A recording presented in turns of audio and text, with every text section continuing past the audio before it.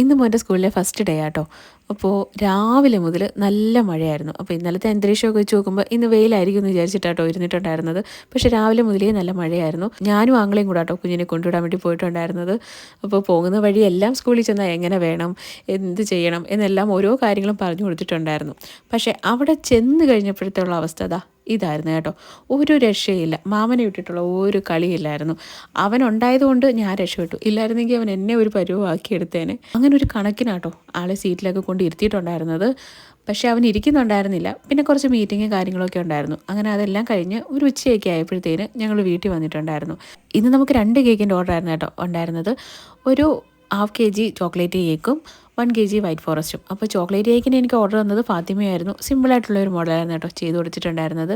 White forest കേക്കിന് എനിക്ക് order വന്നിട്ടുണ്ടായിരുന്നത് അൻസനായിരുന്നു. അതും സിമ്പിളായിട്ടുള്ളൊരു ഡിസൈൻ ആട്ടോ ചെയ്ത് കൊടുത്തിട്ടുണ്ടായിരുന്നത്. അപ്പോൾ നമുക്ക് അടുത്തൊരു അടിപൊളി വീഡിയോ ആയിട്ട് കാണാം. ടാറ്റാ.